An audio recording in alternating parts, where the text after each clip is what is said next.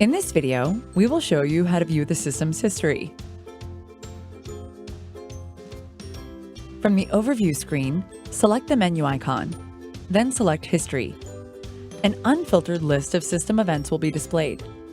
Swiping the screen upward reveals the system event history. If you'd like to filter the event history by date or event type, select the filter icon. To select a date by which you'd like to filter events, select the circle next to the start from date. Then enter the desired date. Selecting Done will apply the date filter. To filter by event type, select the event type you'd like to view, then select Done. Once a filter has been applied, you may update the filter specifications by reselecting the filter icon.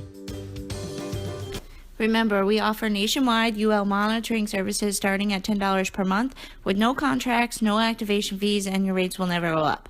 If you have any questions, please leave us a comment below or call us at 877-364-0918.